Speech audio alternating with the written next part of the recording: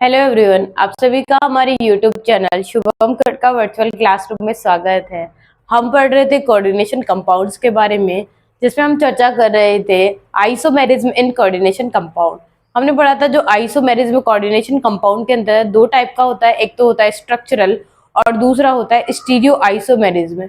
हमने पहले पार्ट में कवर किया था स्ट्रक्चरल आइसोमेरिज्म को और सेकेंड पार्ट में हमने कवर किया है ज्योमेट्रिकल आइसोमेरिज्म के बारे में। ज्योमेट्रिकल को भी दो पार्ट में डिवाइड किया था। पहला था स्टीरियो आइसोमेरिज्म को भी दो पार्ट में डिवाइड किया था। पहला क्या था, ज्योमेट्रिकल आइसोमेरिज्म, और दूसरा था ऑप्टिकल आइसोमेरिज्म, जिसमें हम लोगों ने ज्योमेट्रिकल आइसोमेरिज्म को कवर कर लिया था। आज हम बात करेंगे ऑप्टिकल आइसोमेरिज्म की।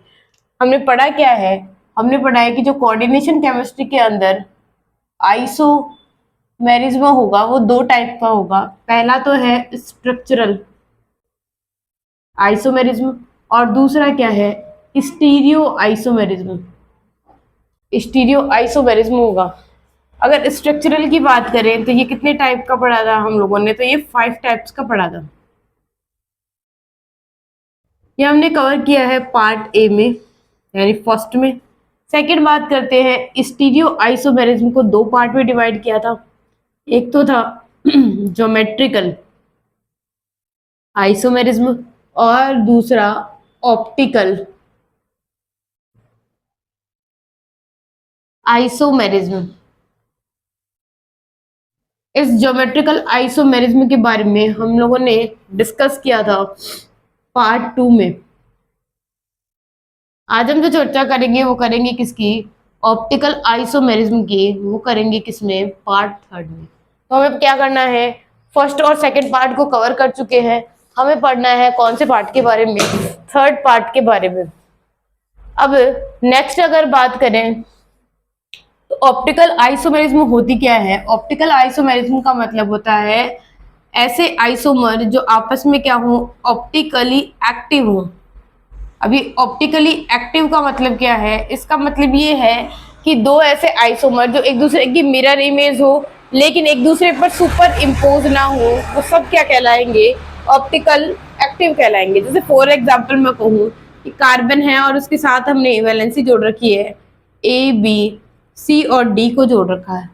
अब ये कार्बन कैसा है, कायरल सेंटर है। अगर हम बात करें तो अगर इसकी मिरर इमेज अगर ड्रॉ करें तो कैसी बनेगी मिरर इमेज, ये है कार्बन और ये ए होगा, इधर डी आ जाएगा क्योंकि डी पास में ही है। नेक्स्ट होगा सी और ये हो जाएगा क्या, बी। अब ये एक दूसरे की क्या है, मिरर इमेज है। ठीक है, जैसे हम इनको क्या करेंगे, इस वाले एक मॉलिक्यूल को यहाँ से उठाएंगे और दूसरे मॉलिक्यूल के ऊपर रखेंगे तो हमें दिखाई दे रहा है कि ए के ऊपर तो ए वाला पार्ट आ जाएगा, वैसे सी के ऊपर सी वाला पार्ट आ जाएगा, लेकिन बी पे क्या आ जाएगा, डी आ जाएगा, और डी पे क्या आ जाएगा, बी आ जाएगा। इसका मतलब है ये आपस में क्या है, नॉन सुपर इम्पोज है, एक दूसरे पर सुपर इम्पोज नहीं हो रहे हैं। इसका मतलब है कि ये मॉलिक्यूल जो है, या फिर मैं कह दूं ये जो कंपाउंड जो है वो कैसे हैं, ऑप्टिकली एक्टिव है। और जो ऑप्टिकली एक्टिव होते हैं वो क्या दिखाते हैं, ऑप्टिकल आइसोमेरिज्म दिखाएंगे। तो टेट्राहाइड्रल जो होते हैं, यानी जो कोऑर्डिनेशन नंबर 4 वाले होंगे वो कौन सी आइसोमेरिज्म शो करेंगे, तो वो ऑप्टिकल आइसोमेरिज्म शो करेंगे। ये हो गई फर्स्ट बात किसके बारे में, टेट्राहाइड्रल के बारे में। नेक्स्ट बात करते हैं कोऑर्डिनेशन नंबर 6 के बारे में।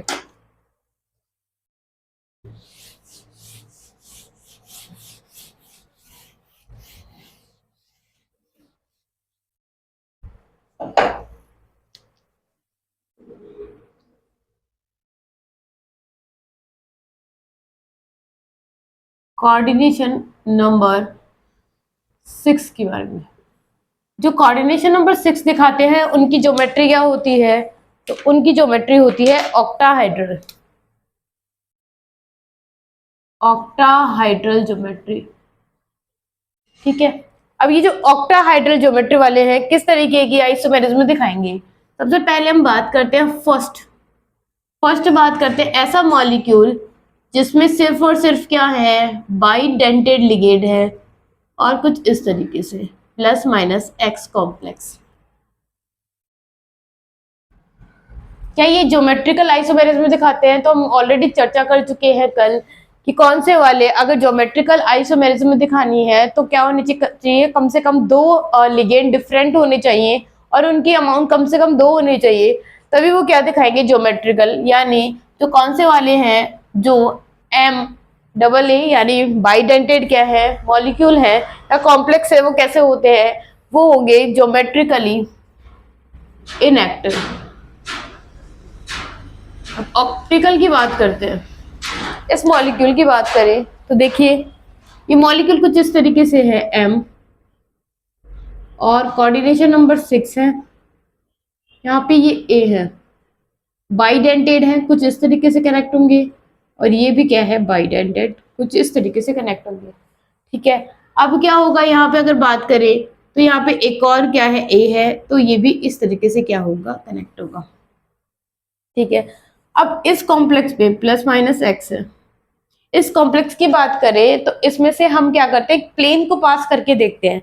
एक्चुअल में क्या है कि ये जो एम है उसमें ये ऊपर वाला हिस्सा तो कौन सा है, पिरामिड वाला जो ए है, और ये पीछे से कनेक्टेड है किसके साथ, ए के साथ, कुछ इस तरीके से कि यहाँ पे क्या है, मेटल है, और ये क्या है, फर्स्ट ए है, ये सेकंड वाला ए है, और ये क्या है, ये 4 ए है, कुछ इस तरीके से।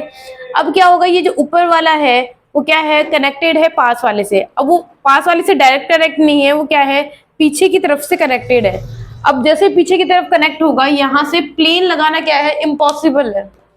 यानी अगर ये इस मैनर में है, कौन से मैनर में, सिस वाले मैनर में, तो यहाँ पे प्लेन लगाना क्या है, इम्पॉसिबल। और जिनमें हम प्लेन अप्लाई नहीं कर सकते उनके हम आराम से क्या बना सकते हैं, मिरर इमेज बना सकते हैं, वो आपस में कभी भी सुपर इम्पोज नहीं होंगे।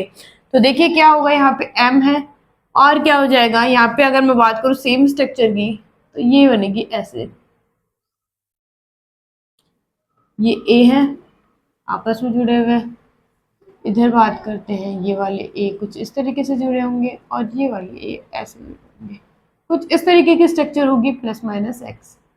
ऐसे कॉम्प्लेक्स जो होते हैं, जो कैसे होंगे, बाइडेंटेड होते हैं, वो ज्योमेट्रिकल आइसोमेरिज्म तो नहीं दिखाते हैं, लेकिन क्या दिखाएंगे, ऑप्टिकल आइसोमेरिज्म, क्योंकि ऐसे मॉलिक्यूल जिनके अंदर क्या होंगे, 3 बाइडेंटेड, ये क्या है, ये ए डिनोट कर रहे हैं बाइडेंटेड लिगेंड को, उनमें क्या नहीं प्रेजेंट होती है, कोई भी सिमेट्री प्रेजेंट नहीं होगी। इसका मतलब वो आपस में क्या नहीं हो सकते हैं, सुपर इम्पोज नहीं हो सकते हैं। इसका मतलब है ये जो कॉम्प्लेक्स है, कौन से वाला, बाइडेंटेड वाला, ये कैसे होते हैं, ऑप्टिकल आइसोमर्स होते हैं। ये क्या करेंगे, ऑप्टिकल आइसोमेरिज्म को शो करेंगे। जैसे फॉर एग्जांपल ही ले इसका, तो एग्जांपल क्या होगा, जैसे कोबाल्ट है और En3, ये क्या हो गया, +3, ये जो कॉम्प्लेक्स है वो किसका एग्जाम्पल है, M double A whole twice का एग्जाम्पल है। ये हो गया फर्स्ट एग्जाम्पल। नेक्स्ट एग्जाम्पल की बात करते हैं कि अगर हम यहाँ पे कुछ और लिगेंड को ऐड करेंगे तो क्या होगा।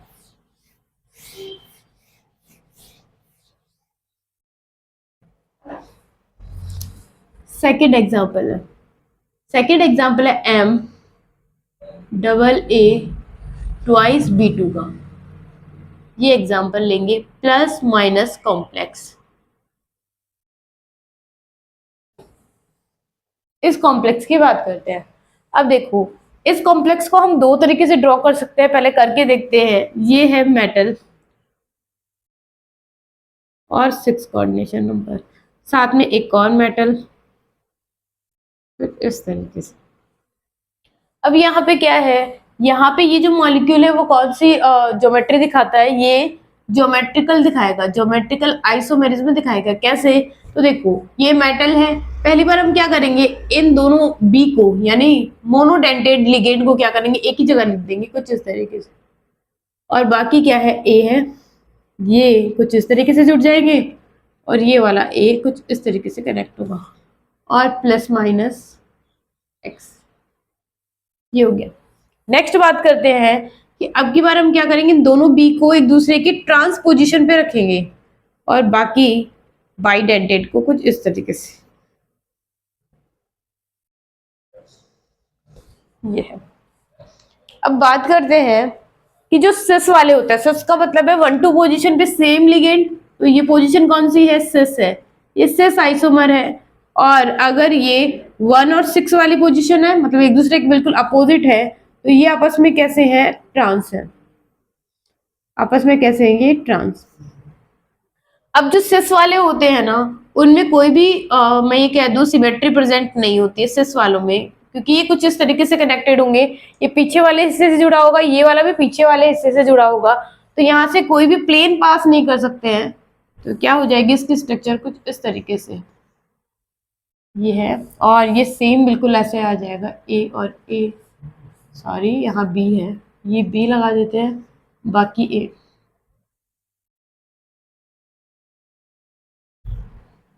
प्लस माइनस ये हो गया। इनके क्या होंगे? आइसोमर्स बनेंगे। ये आपस में क्या है? Optical isomers. ये हो गया ऑप्टिकल आइसोमर्स 2। अब बात करते हैं ट्रांस वाले के बारे में। अगर ट्रांस में से भी हम कोई प्लेन को पास नहीं करवा पाए, तो ऐसे भी क्या होगा? ऐसे में ये भी कैसे हो जाएंगे? ऑप्टिकल आइसोमर्स है। लेकिन हमें पता है कि हम यहाँ से क्या कर सकते हैं? यहाँ से प्लेन पास कर सकते हैं। जैसे प्लेन पास करेंगे, ये बी वाला मॉलिक्यूल और ये वाला बी मॉलिक्यूल आधा आधा कट हो जाएगा। इधर वाला हिस्सा और इधर वाला हिस्सा एक दूसरे को क्या करेंगे? रिफ्लेक्ट करेंगे। और अगर रिफ्लेक्ट करेंगे तो इसका मतलब इसमें प्लेन प्रेजेंट है। इसीलिए जो ट्रांस आइसोमर होते हैं वो क्या नहीं दिखाते हैं? ऑप्टिकल आइसोमर्स नहीं बनाते, सिर्फ एक ही बनेगा। अब ये है कि यहाँ पे कितने टाइप के आइसोमर्स हैं। पहली बात अगर मैं कहूँ यहाँ पे नंबर ऑफ ज्योमेट्रिकल आइसोमर, तो बताया है सिसो ट्रांस करके 2 है। अगर कहीं यहाँ पे नंबर ऑफ ऑप्टिकल आइसोमर्स, तो यहाँ पे ऑप्टिकल आइसोमर्स कितने हैं? 2 है। ये फर्स्ट वाला जिसे मैं एक को डी कह दूंगी और दूसरे वाले को एल कह देंगे। फिर बात करते हैं total number of stereo isomer कितने होंगे, तो इसमें टोटल कितने हो जाएंगे? 3, तो सॉरी 2 तो हो जाएंगे ऑप्टिकल वाले और एक हो जाएगा ज्योमेट्रिकल वाला, यानी टोटल स्टीरियो आइसोमर्स कितने बनेंगे? इस स्ट्रक्चर में 3 बनेंगे। ये हो गया। अब अगर इसके एग्जाम्पल की बात करें तो हम इसका एग्जाम्पल ले सकते हैं यहाँ पे Cr और En ट्वाइस एथिलीन डाइअमीन, इसका ट्वाइस ले सकते हैं और साथ में Cl2 ले सकते हैं। ये जो मॉलिक्यूल है साथ में यहाँ प्लस, ये कौन सा कॉम्प्लेक्स है? ये MAA यानी AA का ट्वाइस और B2 टाइप का क्या है? कॉम्प्लेक्स। ये क्या दिखाता है? नंबर ऑफ ज्योमेट्रिकल आइसोमर्स तो 2 दिखाएगा, एक तो क्या होगा? सिस वाला और एक ट्रांस वाला। अगर बात करें नंबर ऑफ ऑप्टिकल आइसोमर, तो ये भी 2 दिखाएगा, एक D और एक L। अगर सपोज करो ये वाला मॉलिक्यूल जो ट्रांस आइसोमर है, ये भी अगर प्लेन अप्लाई नहीं होने देता, तो ऐसे में क्या होता? नंबर ऑफ ऑप्टिकल आइसोमर 4 हो जाते हैं। 2 तो ये वाले और 2 ही क्या हो जाते हैं? ये वाले हो जाते हैं। टोटल कितने हो जाते हैं यहाँ पे? 4, मतलब यहाँ पे क्या आ जाते हैं? नंबर ऑफ स्टीरियो आइसोमर कितने हो जाते हैं? 4। पर अभी क्या है? सिर्फ 3। नेक्स्ट एग्जाम्पल की बात करते हैं।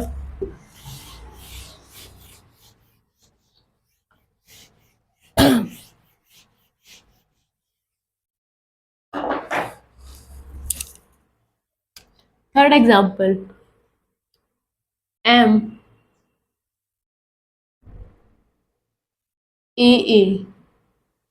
B2 C2B। इस एग्जाम्पल की बात करते हैं।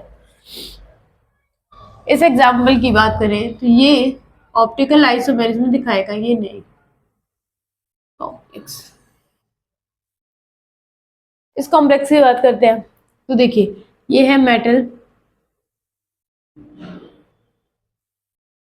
ये है।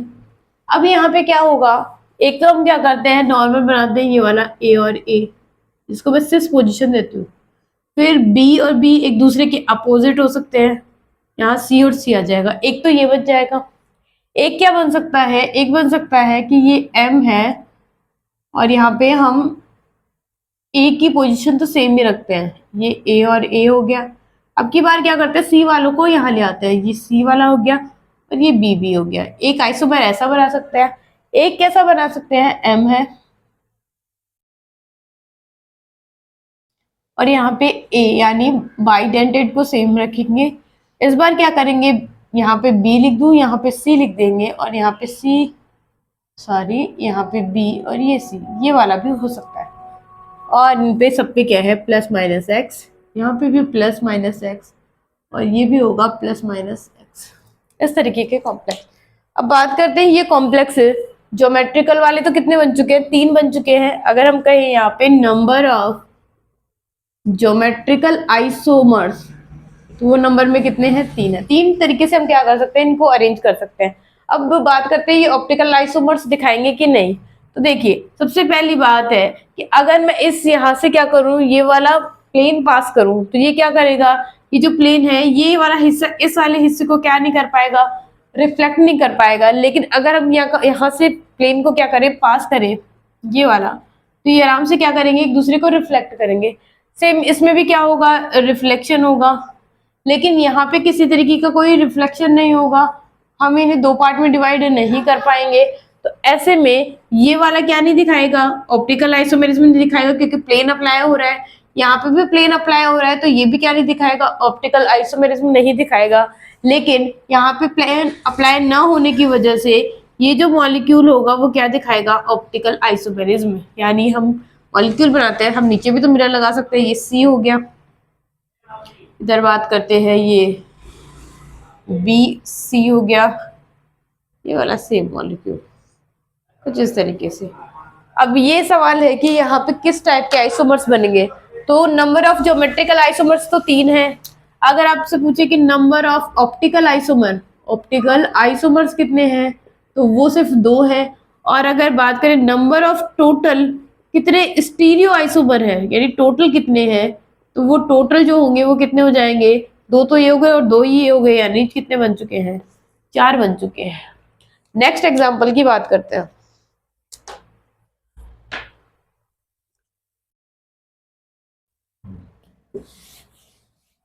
नेक्स्ट 4th एग्जांपल की बात करते हैं। ऐसे कॉम्प्लेक्स जिसमें एक से ज्यादा न्यूक्लियस प्रेजेंट हो, यानी एक से ज्यादा मेटल प्रेजेंट हो, वो किस तरीके की ऑप्टिकल आइसोमेरिज्म दिखाएंगे। तो एग्जांपल नंबर 4 या टाइप नंबर 4, पोली न्यूक्लियर कॉम्प्लेक्स।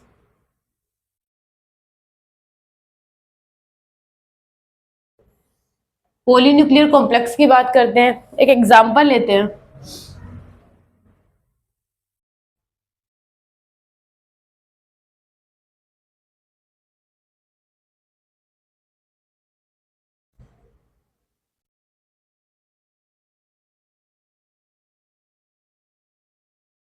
ये एक एग्जांपल है। इस एग्जांपल